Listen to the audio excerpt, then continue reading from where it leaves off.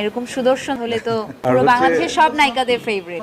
Dhallywood megastar Shakib খানের সঙ্গে নুসরাত 85 পাবিয়ার থেকে। প্রেমের গুঞ্জন অনেক পুরনো, যদিও এ বিষয়ে আগে কখনো কথা বলেননি কেউই। দীর্ঘদিন নীরব থাকার পর শাকিব খানের সঙ্গে সম্পর্ক নিয়ে মুখ খুলেছে নুসরাত পারিয়া। দৈনিক সমকালে দেয়া এক ইন্টারভিউতে শাকিবের সঙ্গে নিজের নাম জড়িয়ে চলা আলোচনা নিয়ে স্পষ্ট ভাষায় কথা বলেন ফারিয়া। বলেন, এমন কিছু ছিল না আমাদের মধ্যে, খুব ভালো একটা পেশাদার সম্পর্ক ছিল।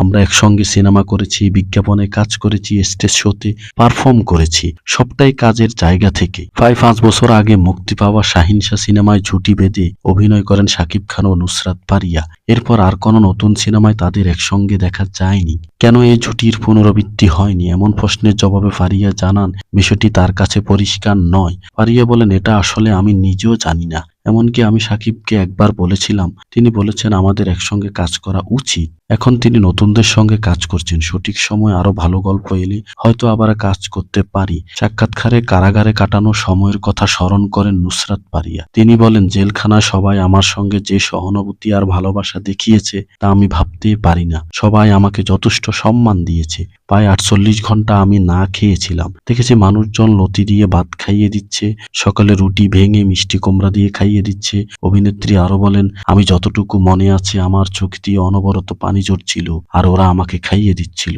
তাদের আমি চিনিও না, জীবনে আর কখনো তাদের সঙ্গে দেখা হবে কিনা তাও জানি না।